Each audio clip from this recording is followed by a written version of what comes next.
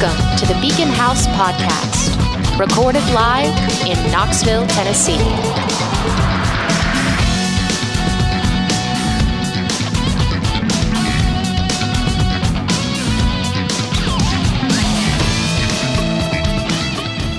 Hey, welcome back, everybody. Welcome back to Beacon House. We know it's been a minute, but we are back, and you guys are in for it. We got some fun stuff to talk about today. And before we get into it, I would like to introduce my co-host over there. Grace, how's it going? Tell everybody hi. Hey, guys. It's good to be back. Hello. Yeah, it's been a minute. I'm happy to be sitting in this chair across from you. Got a lot of interesting, just playing catch up, I guess, just on what's been going on. It's been a wild catch up. Yes. Yeah. Just transition to season, which technically I guess it is still summer, but it feels like fall now. You know what? It's September. UT football. That's what did it. Yeah. Football and everybody wore orange and it turned September. In my book, that's fucking fall. Pumpkins are going to pop up and goblins and Halloween candy. Thank God. Jesus Christ, I'm so over that. Summer started out really nice. If you remember, I feel like we had a really mild. We did. Even into July, it was cool at night. It was nice. I remember being outside. I wasn't too sweaty. And then the last week of July and August was just a sweaty fuck fest. It was humidity. It was raining constantly, storms. I'm telling you, I hadn't gotten eaten up by mosquitoes like all summer long. Like maybe a couple here or there. The last couple of weeks, in July and then in August. I mean, I was out there at 7:30 in the morning walking thin, and I swear to God, I walked in with 13 mosquito bites on one arm. You were like a buffet. It was like, it's fucking 7:30 in the morning. Yeah, dude. You blood-sucking assholes. What the fuck? I can't even have my morning coffee yet. I know, dude. It was horrible, but yeah, and I feel like now, but that's always what happens. It's always super hot and humid right before it's nice. Cool. Yeah. It got so hot at my place, I had to put I actually went and got blackout curtains and put over my window shades just to keep more light out of my bedroom because the ambient, air conditioner couldn't keep up with it. I've only got one little vent in my bedroom. So it was hot no matter what. And I was literally just fighting the sun. Yeah. Well, now that I've moved, vampire you. Yeah. Now that I've moved and I've been in my place for 2 months now, it's really nice because my old place where constantly my AC was breaking, and my room was the hottest room in the house, even when the AC was working when it wasn't broken. And so now it's it constantly feels good. I can leave it at 72, 73, and it still feel good with my ceiling fans. Finn's happy. Yeah. But yeah. I started near the second week of that heat wave. I started to develop this phobia that my air conditioner was going to break. And even though I know who to call, I've got a guy. It's expensive as fuck. First, it's expensive, and if you have animals, you have to. That's something you have to worry about. Yeah, and I have yet to. This is going to be somebody out there is going to hear this and go, "You fucking moron!" But I have yet to have anybody explain to me really well exactly how air conditioning works. I know a guy does it's like a reverse heater. It blows heat outside and blows cold air inside. Just like in the winter, if you have a heat pump, they call that a reverse air conditioner. It has something in it, and it boils at such a low temperature. It even boils in freezing temperatures. But I'm so how does that make heat and cold? Well, it just comes in and out. And I'm it's an exchange. And then somebody else goes, well, a heat pump just kind of moves the heat around. And then that works with your air conditioner. I'm I understand all of these statements, but none of this makes any sense to me. It still doesn't explain how it turns hot air into cold air. And I know there's Freon in it. And the guy that comes and works online, he calls it magic gas. Oh, you need a little more magic gas. I don't give a fuck what he calls it as long as he puts it in there. Yeah. And my balls aren't sticking to my leg. The same just with a car air conditioning. You ever been in a car and your AC goes out? It sucks. It's the worst. Summer, you're driving around, windows, you can't put the windows down. When I was maybe 18, when I was 18, I fucking had a Mitsubishi Eclipse or something, and it had the air conditioner went out in it, and I was delivering pizzas in it in the summer. And man, I was a sweaty turd. It was bad. You stank. Some soggy wet pizza. I was sitting in the car just sweating, and next to me is a steaming hot pizza blowing steam on me. I smelled like a busted ass green pepper. That's honestly just turning me on. Can I have some thin crust? I've been craving pizza since Friday night. It's universal. It's the universal language. Pizza is the universal language. It's my language. It's definitely my love language. Cheese and bread, yeah. So how have been? So what's up?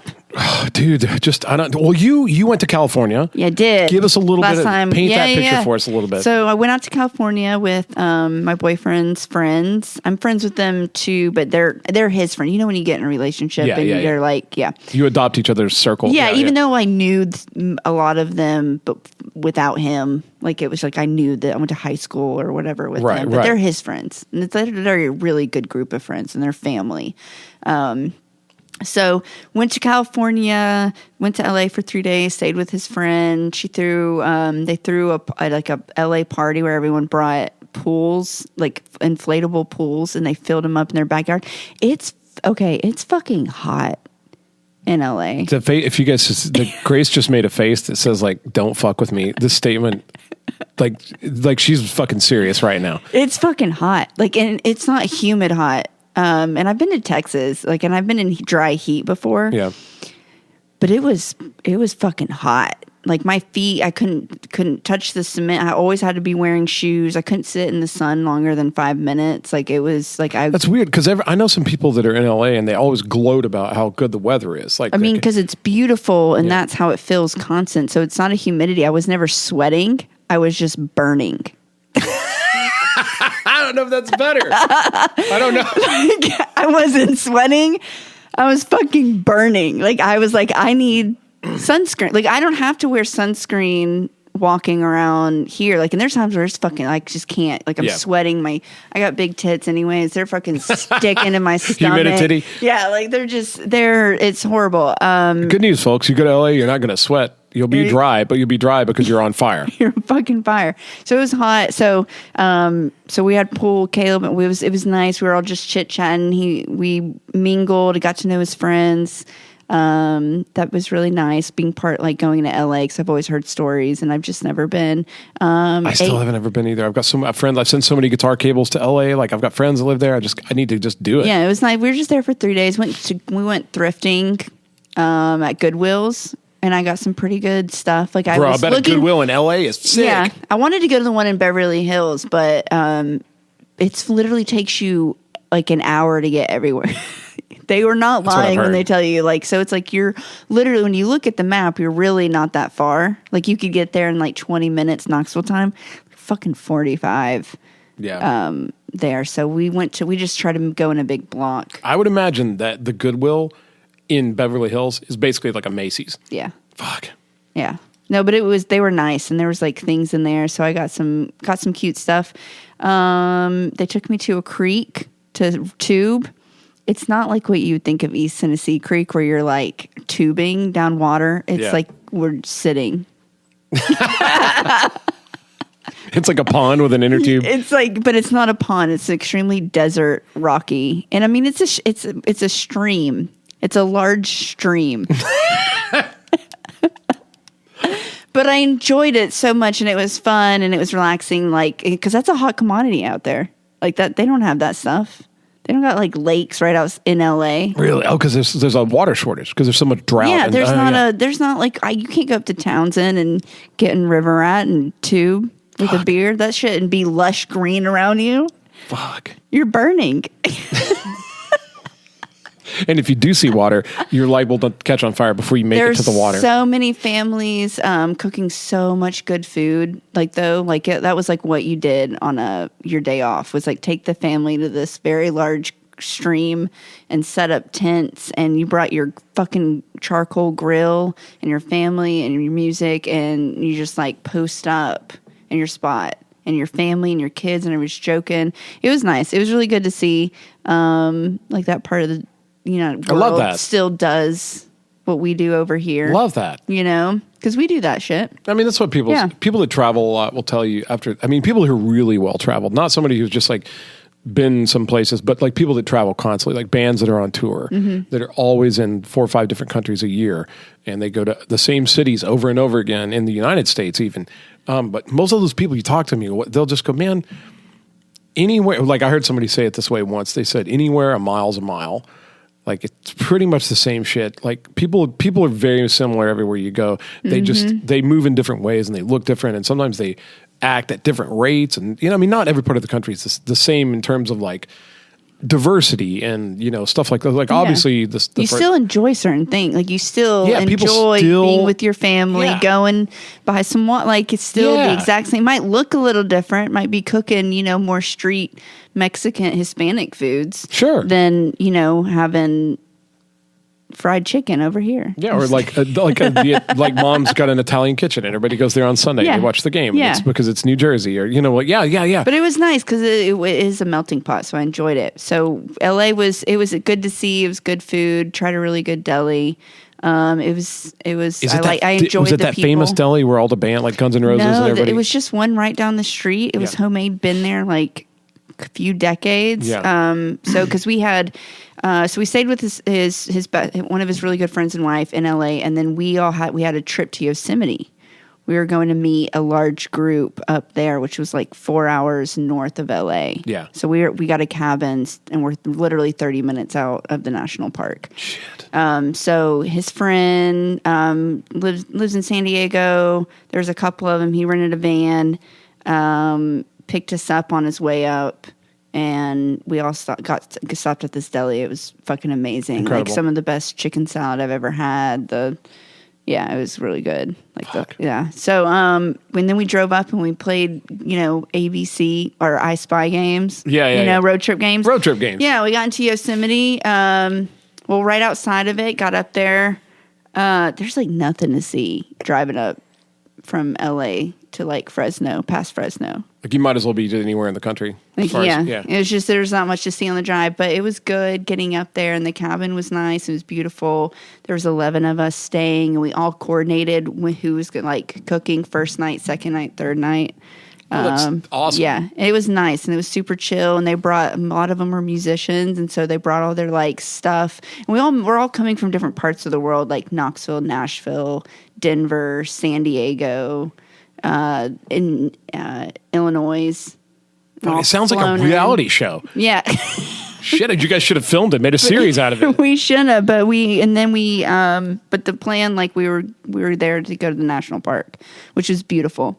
It was so majestic. I felt like the whole time I was like thinking of what it must have been like back in like the 1600s, 1700s. Wow. Like with nothing there. And like, how would you have gotten over that mountain? It was there. Everything there was so big. Wow. It was beautiful. Caleb is not an outdoor man. He likes to be inside. Same. I'm kind of the same. Like he doesn't care to go hiking. Like he doesn't care. Like he's like, I mean, it's cool. He's like, I would want to see that at some point. He's like, but I don't. He's just not like I'm not necessarily like got to be inside. Like I don't mind being outside. Like I like a good patio. I like a good like day trip, like a road trip where you get out and you go see things. Like I like an overlook. Yeah, but he's like I like just walking around outside, hiking though for 4 miles. Yeah, I'm not a hiker. Outside where it's super hot with bugs. And he was like, and we're going to see this. But he did. I was so proud of him because he just doesn't do outdoor stuff, but he enjoyed it. That's and cool. Even he was like, this is fucking amazing. It's beautiful. Well, and they say that, people that do that stuff, like I had a friend that hiked the Appalachian Trail a little while back, like 10 years ago. And that's a hard one. They started in Georgia and went north. But he said that when you get out, just being, like our origins are not indoors. Our origins are not in manufactured light. Like we're from the forest. We're from, we're from nature. Yeah, and volcano. You get near all that stuff. It's supposed to kind of activate things. And like my friend said, after about 3 weeks of being outdoors and camping every night, you change. He said it's a different thing. You start to rise with the sun. You go to bed with the sun. All this stuff changes. Like you're not around manufactured light. It's just it's a reset. A total reset. It's a reset button. I've always felt that way. And I've always understood that. I get why people do it. I get why people like go and they hike. And I've done hiking. I've gone to like, I've been up at like the Smokies and I've gone to the top of the chimneys and like we used to hike like when we were young before a bunch of like fucking knee and hip surgeries and stuff. We would hike right up the rocks in the middle of the river and go up that way. Like we were crazy. And I do get it. I totally understand. Like there's a calibration about being in nature that's just very, very important. And it's very strong and it's good for us. It feeds our soul. Yeah. I think. My therapist touched on that a little bit back when I still had a good therapist. Like she remember her saying that it's the elemental stuff that's good for you, like fire, water, earth, earth, stuff like that is really, really good. Just the general elemental stuff. Like sitting next to like a stream has an amazing like psychological effect. Yeah, on as you. well as a physical effect. Sitting around a fire. Your blood pressure, if you have high blood pressure, I bet it just drops. I don't know anybody that can't gets be around like a nice fire and not just stare at it a little bit. Maybe you don't hang out there all night, but like if you look at, there's just the elemental stuff is really, really big, and nature's like that too. You know? Yeah, he even felt that. He's just not just like me. Like it's not like I'm good for a month. Yeah, no, I get it. I get like it. the hiking, but being there, it was beautiful. We got up at like 5:30 in the morning. All 11 of us packed up in the van. We packed our lunches, our little sandwiches, because we all like ate together. Yeah. We're like, okay, we're gonna eat at this time, and we go pick a spot, and we went and sat there, and we ate lunch, and we laughed, and we had fun.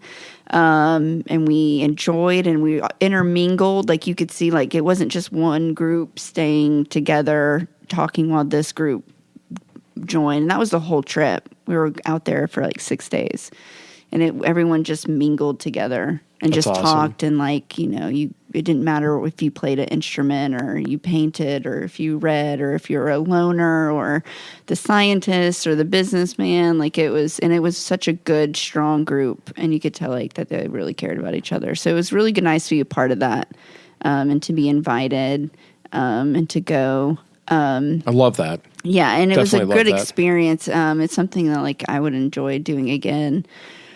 God, I need to go to I do miss the beach. Oh, we found an actual like real creek though. We went and sat in it. I have some pictures. Oh yeah? Yeah, but I got leeches so we stopped sitting. Whoa. Yeah.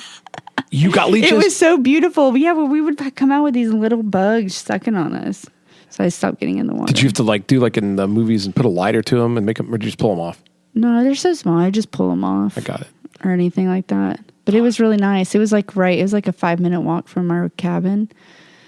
So we would do that. We'd all hang out and enjoy the elements of what's happening. Was it tough to come back? Yeah. I don't doubt it. Yeah. It was real. I had to go to work the next day. It was not. Yeah, right into a work week. That's the thing about vacations, returning from them. It's just the biggest, like, especially if you work a lot and then you finally get a vacation. Like when I finally get a vacation, I'm just like, whee, I feel like I've won the lottery. I feel like I'm in Willy Wonka's chocolate factory. Yeah, and then flying back or whatever, you're just like, oh, it's so depressing. Like it is. It's the worst. It's the worst feeling because you're just like, you're so energized and you're refreshed. And I always seem to have to hit the ground running. Like it's never a gradual. It's just like I got to be right back at work, being up at 8 in the morning, working all day, and then after work I have more work. Like I'm doing emails, I'm setting up meet and greets, I'm going to meet and greets, I'm driving from here to there.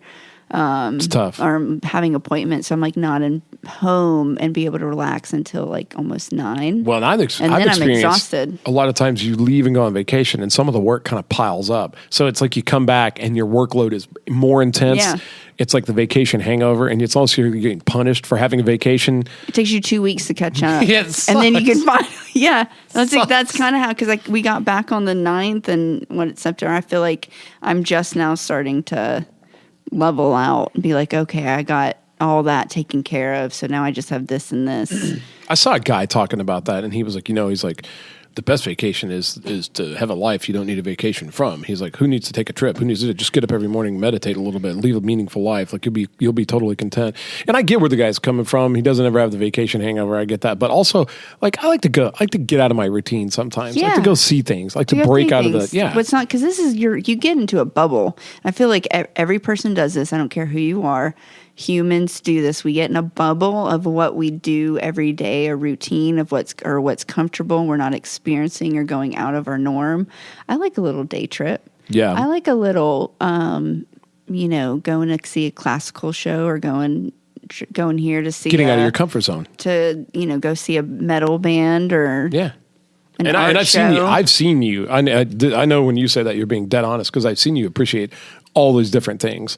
Like I've seen you appreciate every type of music. Man, and like, I totally agree. Like sometimes and I was just telling somebody that too. Having a routine can be real helpful because you get through the day quicker. You don't have to think. Yeah. But also a routine can be terrifying, damaging because it makes it so easy to just stay in one place. I know. Isn't that scary? It's scary. Staying in one place and not ever experiencing something new or different. Yeah. Like it was so nice being out to LA. And I know Caleb, like to him, when he goes, it's nothing. And I didn't even go to downtown LA. Like I just stayed on the outskirts of it.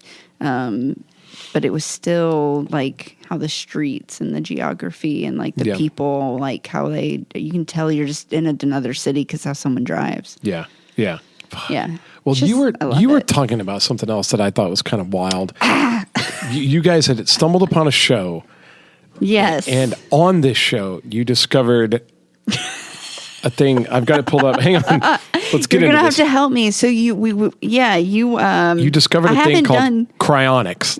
Yeah, that's how you say it? Yeah, and I'm going to read what it says here on the website. It for a company called Alcor. I just want to state I haven't done any research on this. It's just something I was just telling you about, and I don't think you have to do a ton of research for this to sound a little wild. Let me just read this. Okay, it says so. There's a company called Alcor, and Alcor is their primary function is a process called cryonics, and it says right on the front page. Cryonics is the practice of preserving life by pausing the dying process using sub-freezing temperatures with the intent of restoring good health with medical technology in the future. In case any of that went by you, that's freezing yourself so you could be revived in the future. Mm-hmm. And unlike a 1960s sci-fi cartoon or whatever, this is a real fucking thing. Oh yeah, there is a very large...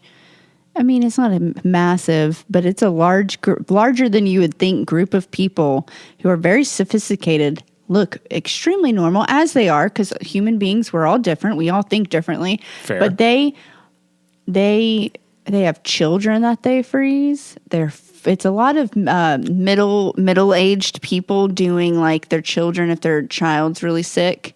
And so they're like, oh, it's the best gift that you could ever give is giving them the gift of reviving them. They're able to come back from death and live, down the road. Like in 2075 or something. Yeah. And then a lot of middle-aged people with their parents who are dying. Fuck. And there's wills going back. So this company's been around for 50 years or more, but I believe at least 50 years. And it goes back to people who are like from the 50s and the 60s. Like there's people. Well, there's a quote here from some guy named, it looks like Eliezer Yudkowsky, Yudkowsky. Anyway, it says, quote, and I quote, at the point where the current legal and medical system gives up on a patient, they aren't really dead. End quote. Which would make sense when you're talking about like the problems with the healthcare system. But this guy's talking about they're frozen.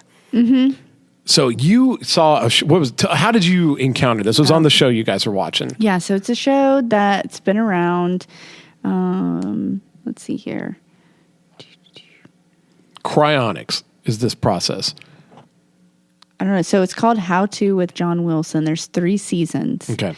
And so we watched the show ended last night. We finished it. Hopefully he makes something else. I love John Wilson. Hopefully he just comes up with another creative show I would love to watch by him. He's amazing. You should check it out.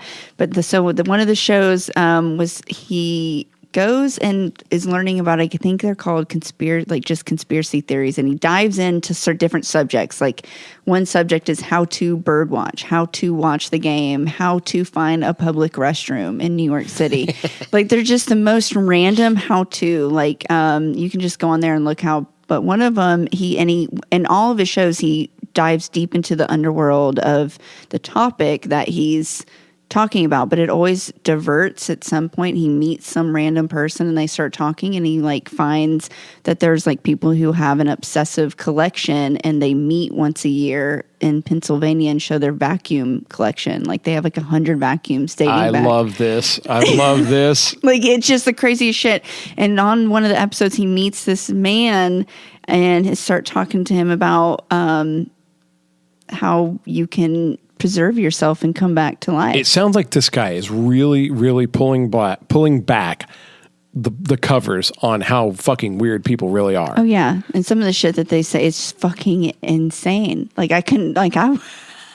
And if anyone out there who does believe in this and thinks that this is it, like I'm not.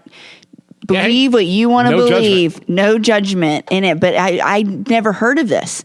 I always saw this in sci-fi movies. I was like, how is this? This is a thing. They're very wealthy. And they really, and again, I don't medically know the issues that would come along with this, but it seems like if somebody is frozen long enough, there would be such a lack of brain activity. Like, how is that? My questions would be things like, how is that different from being in a coma?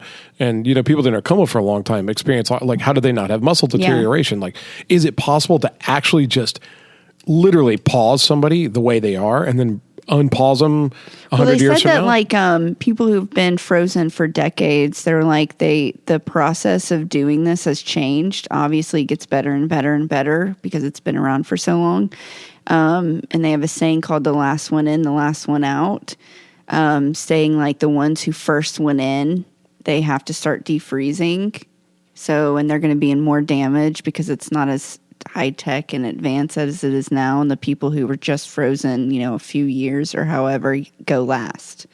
Does that make sense? So like thawing them out. And so there is, and then they brought up the question of how does someone pay for this? Like when they die. And so how they pay, or I guess they're getting paid is that you have a life insurance policy with this company, and when you die they get all the money from that life insurance, and I guess that's how it pays for you so you don't have to be rich. So they get all your life insurance by freezing you. You have to pick a certain policy. Fuck, someone is cashing in on this. So somebody is so fucking rich because they got a bunch of frozen dudes in their freezer. Maybe not. Okay, well then, Grace, okay, let me so cryonics, everybody go Google cryonics and find out what's up. Let me pose the question to you then. If right now, just knowing what you know of the world, if you could freeze yourself right now, and then wake up 100 years from now with, obviously there's no such thing as you're going to have something. Am I going to be able to remember, like, is my consciousness the same? Like, I don't think that you're talking about my body. Well, we'll say the normal stuff. Like, you're going to be a little stiff. Okay, you're going to have like maybe a little muscle. You're going to work out to get some muscle back so you can move around and stuff. Like the normal shit, like astronaut wakes up from suspended animation, like in the movies. Mm-hmm. Chris Pratt comes out of the fucking thing, Yeah. Like just like that. Normal stuff, but you still have total thought, total memory. You don't have any memories of while you were frozen. So it's like you've been dreaming maybe, but you wake up and you're mentally. So it's just like if I was in a coma or something. Just like you went to sleep, Rip Van Winkle. Would I want to? Would I? Would you want to pause now and pick it back up? You still don't get to live any longer. Still have normal lifespan while you're conscious. Would you want to pause now and pick back up like in 100 years? Do I have the option to? I mean, there's always a part of me that would be like, yeah, but I would want the option to be able to, if I don't like it, to die immediately, and I don't have to live in that world. I mean, I feel like everybody kind of has that option. You just have to step in front of a bus, I know, but I don't like what that happened. I know. I just didn't want it to be no. I don't think so. You mean though, you want there to be a guy that if you go, hey, this sucks, kill me, he has to do it. Like, yeah. How shit's going. That's where I'm like, I don't think I want to be around. And all my loved ones are. I don't know anyone. Everyone you know is dead. That would be I guess so. That'd be another thing. Like you don't necessarily have to, like, you don't necessarily get to know any, but like maybe the people I guess what I'm saying, there's no guarantee anybody else did it too. So you may be all on your own. Yeah. Except you'd have like the doctors and you would. Well, in this group, they're so large. They like when they're sitting there talking, they were like, yeah, when everyone's dead and we're the ones that came back or they brought us back to life, he's going to be my best friend. Like, just being like, we're going to live next to my neighbor. We got to take care of each other. Really? That's fucking, you really think that's good? Just automatic 100 years from now, things are going to be great. We're going to have a house. Are you sure? What if fucking meteorite hits 50 years from now, tears up the lab and the facility? All of a sudden, like, it's chaos. The world goes into like a weird, what if like a volcano, some shit happened? Like Hawaii just caught on fire. Like a really good friend of mine was about to go there on her honeymoon. Mm-hmm. Guess what? Canceled. Like, how do you know there's not going to be? You're really going to just trust fate to preserve you for 100 years in some underground lab. Something's going to happen. Yeah. It's going to get broken into. Like, there's no telling. The whole thing. And you don't know, like, where humankind will be. Like, you might wake up. What if we're all poisoned? Like, we all did nuke each other. Yeah. Or you wake up and there's a fucking dinosaur just looming over you, waiting on you to thaw out like a popsicle. You know, gulp. Like, what if all that, you put all that money, all your insurance, everything, you give up the last half of your life to be frozen, and you wake up and something just eats you? I don't know, dude. I know most people go, I want to see what the world's like in 100 years. And I guarantee there would be amazing. I would love to, wouldn't you? Wouldn't you be able to be dead and just for one moment go, doop, doop, doop, doop, doop? Oh, yeah. Just see what's happening. What does that look like? I bet it'd be unbelievable. The rate at which technology. But would I want to live? Would I want to live in it? Yeah, I don't know about that. Like after living now, like maybe if it was like I could be reborn, not like, oh, I get to go back, but if I was born in that time and that's all I knew, then I'd be about. But now, I just don't think people are getting better. No. I just think like the last 15 years, I've seen. Just in general, I've seen humanity take a few steps back. I think like. People have done stupid shit they've had bad. We've talked about it on this show. People have had weird, archaic ideas. You've seen like racism kind of like rise up again. Like we've had riots. There's transphobia, riots. Homophobia, like killings, mass shootings every day. People just don't seem to be getting better. It doesn't seem like we're outgrowing it. I just don't think in 100 years, now maybe in 100 years, a lot of that'll die out and it'll just be technology and there'll be no more, maybe there won't even be such a thing as violence. Well, I wouldn't want to live in that world. Yeah. No. Is there? Would I be a liar if I said I wasn't curious? Yes. Of course. Curious. I would be interesting. But when I think deep down, like, is that what I would want to do? Yeah. I'd be like, no. And maybe there's a way to game it up. Maybe if you look at maybe if you decide that like the last, I don't know, 20 years of your life technically are not the best because you're old and just your body, your health fails, and maybe you live out a great life, and then like when you turn 60, you freeze. Well, and then you wake up, and then you're like, oh well, if it's good, it's good. If not, I was 60 anyway. Maybe you have can go away. Yeah, but some of these people are just doing their heads. So wait a minute. Some of them are doing body, some are doing both. So to me, it's like, well, what are you? They're like expecting to put the head on a body. Like I could wake up and I could have Jason Momoa's body on my head or something like that down the road. I just don't feel like, I don't know how they think this is going to goddamn pan out. I'm sorry. This is some dark shit. The youngest is a 3-year-old. Now, what if you were frozen and you woke up and you're stuck in that stuff and it's in a warehouse that no one knew where they kept the body? Where they kept them. Nobody knows when he took around and he's recording, like it's just like a documentary. People are just like, oh, what's the camera for? And he explains, and then the people you can tell they get serious and they do like an interview and they explain why they're doing it. And when he'd ask me like, where do they keep them? And almost like 9 out of 10 was like, we should ask that question. They're like, we don't know. Maybe in a warehouse. Do you know, did they talk about, has anybody successfully been awakened? No, they're all so it hasn't worked They yet. don't know. Yeah, they don't know how to, they know how to do it. They don't, but they've never rewoken someone.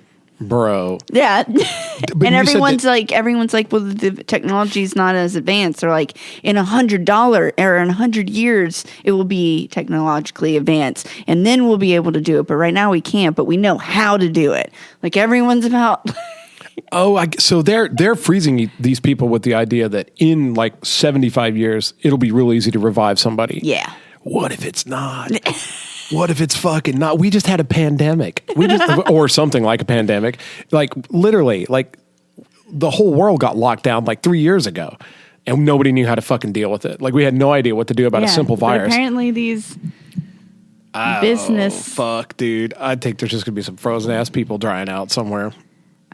Who knows? Jesus. Well, who knows? Drop us a note in the comments, folks. Like, let us know what you would do. If you could freeze yourself and go forward, would you? If you could only freeze your head and then have it attached to a body, would you do it? What body would you pick? Like, it's like a whole thing. Like, you have like images. Like, it's like a thing. Yeah, Google it. She's showing it to me right now. Images. There's a lot. There's a lot. Like, I mean, it's legit. Like, they're not just like, they're like. It looks like some shit out of Star Wars, for sure. Yeah, they like do the craziest. It looks like, like Event Horizon. Like there's like crypto chambers. People go in there. Mm-hmm. I mean, like it just looks to me like there's going to be enough of a decline in brain activity where like, how do you know what's actually going to come out? That'd be a good horror movie. Yeah, like you're in those things. That'd be a good horror movie. So the year is 2133 or something, and you're working for Alcor. And you're a pretty normal person. You're doing your thing, you know. You've got like an apartment. You've got whatever, and your job now. All of a sudden, the days come. You're going to revive these people. So you've got to go in there, open the chambers. But what comes out of those chambers? Like, what if the people are fucking nuts? What if they're psychotic? What if they've all become sociopaths while they were in there? What if you revive them and they try to kill everybody? Oh no. Anyway, somebody write a book about that. But give us credit. But that was crazy to come across. Dude, that's fucking nuts. Just men trying to be God is what that is. So what that is. That is it's us that can't handle our fucking mortality. It is fucking men trying to play God. Well, I have one last thing I want to talk about real quick. I got a message today from a guy. Let me give a little bit of backstory on this. Anybody that's been in the Knoxville music scene or the rock music scene, I would say, for a considerable amount of time since like the late 80s, early 90s, or mid 90s or whatever, will recognize the name Gene Hadley. Gene Hadley is a guy that was so depending on who you talk to. Arguably, this is going way back. A lot of our listeners are going to go, who the fuck is he talking about? Some of the listeners might know some of these names. I guarantee your dad would know some of these names. Arguably, one of the first big bands to come out of Knoxville was a band called Hard Knocks, like KNOX. Oh, yeah. And they were like back like late 80s, early 90s. They were Knoxville's version of like all, you name it, Motley Crue, or they were that, Cinderella, Bon Jovi. They were that band. And they played all over the town. In fact, one of their concerts was my first ever concert. As an underage kid, I saw them at a roller skating rink. They played there, and it was the one off Lovell Road. I forget where it was. It might have been. It used to be the sports maybe, but they were phenomenal. And I'd never seen it was incredible. I'd only ever seen this stuff on MTV. And they went on to play like massive shows Saturday night on the town. They gave birth to a very, very healthy Knoxville music scene that included people like the Judy Bats, and down the road it was also bands like there was just so many bands that came after them, like Super Drag down the road. Eventually some of the bands I played in down the road came from that. Bands like Hyper Tribe, the Innocent Ones, and then now to these bands that are still playing here like Mercy Lights and even Burn the City are all from that lineage. But Gene Hadley was in that band. And to anybody my age, or maybe even a little older, a little younger, he was a big deal. So, cut to 1990, I think it says on Spotify, 1997 maybe. We'll call it late 90s. Your boy Spence is working at Guitar Center. I've been in a couple of bands. Most notably at that point was probably the band Still Life Opera. And currently, I think I was maybe in a band called Inspector 12. This is pre-Verona, which is another band I was in. And we were getting some radio airplay and various things like that. And this guy was recording songs, and somebody connected us. Somebody told him he wanted to put something on the radio. Everything on the radio at that time sounded like fucking Foo Fighters. So he had a song that was a little more Tom Petty. And somebody somehow recommended it to me. He came in Guitar Center. I think that's how he met. He came in Guitar Center, talked to me. And he was like, do you want to play on this thing? And maybe we try to get on the radio. And I was like, fuck yeah. And I went and I recorded it. And like, I also got to be in a documentary that they shot at Pellissippi about him. And he's like coming back after all these years of like doing stuff. And I got to play with him. And like, I also was like a childhood fan of his though. So I got to like be in the documentary and talk about him. And like, that was like, like I said, late 90s or 2000-ish. This is fucking 25 years ago. And we recorded a song together. And I think it did get some radio airplay, and then kind of just things changed, like everything started streaming, and here comes Napster and LimeWire, and like, boom, and then everybody has an iPhone in 2008. The rest is history. So anyway. You didn't buy CDs anymore. Yeah. So this is the time you did. He recently put a lot of his stuff, and I'm looking at it right now, demos from 1986, way back, all the way up to 2002, 98. Mine was in 97. The song I played on is called Giving Up the Ghost. But he just released it today I think. He did? Hell yeah. I don't know when you guys are going to be hearing it, but it's an album by Gene Hadley. I'm going to spell it for everybody. Gene, last name Hadley, Hadley. The album is called Looking Back. It's on Spotify right now because I'm looking at it. And the song that I played on, Giving Up the Ghost, is on there. It's the second to last song. And he messaged me today, literally on my way here. Isn't that how... The universe is weird, dude. That's insane. I'm going to listen to this when I'm going and it's to get like I said, it's very Tom Petty, and I'm like, I go back and listen to it now. The song was great. I obviously, what's the album's name one more time? Looking Back, it looks like this. Obviously, listening back to it now, I would have probably done a couple things different. You know, like I remember being in the studio, and I really, really wished I could have leaned more into that Tom Petty vibe that he kind of had going on. But the whole reason for involving me was it was supposed to get on the radio, and everything on the radio at the time sounded like Foo Fighters. So the guitar is a little bit more rock than the stuff, but it's got a real like fast Americana kind of a vibe. And I remember loving the song and everything. And I played a solo on it. And again, if I could go back now, I'd probably do a few things differently, but listening back, like it still sounds like me. And it's still like, I was still very into like the architecture of a guitar solo. And at the time I was trying to emulate stuff like probably Gin Blossoms and just all kinds of stuff that not what I would emulate these days. So it's fun to look back. It's like a high school yearbook When's photo. the last time you thought about this? Well, it was recently because he made a post that he was going to release some old records and stuff. And I messaged him. I go, dude, it's an honor. Like I had such a good time, like recording that song with you and just like reconnecting with you back in the 90s. Like you're one of my heroes as a kid. And like, he's such a cool guy, and he's got very, very diverse, long history. And there's some other like Knoxville heavy hitters like Billy Baker plays on this record too somewhere, and he's the touring bassist for Tom Kiefer along with my friend Tony Higbee. You know, I mean, there's just a bunch of real badasses on here, but this is all Gene's music. So you guys do me a favor, go check out Gene Hadley. The album is called Looking Back. Listen to the whole thing. Don't just listen to the one that we did. But the song I played on is near the end. It's called Giving Up the Ghost, and it's from like 25 years ago, and it's fast, and it's got like I've kind of got like almost like a Tom Petty running down a dream kind of a vibe about it. But man, the guy's super, super nice and great. So tell a friend, and that's literally a message I got today. And literally on the way here, I pulled it up on Spotify and heard it for the first time in probably 20 years. That's fucking exciting. Yes. That's awesome. And I will say this, I have done some other collaborations recently. I've done a couple cover songs with some friends, and it's too early to tell exactly what it is, but stay tuned because they're coming out soon. And it's exciting.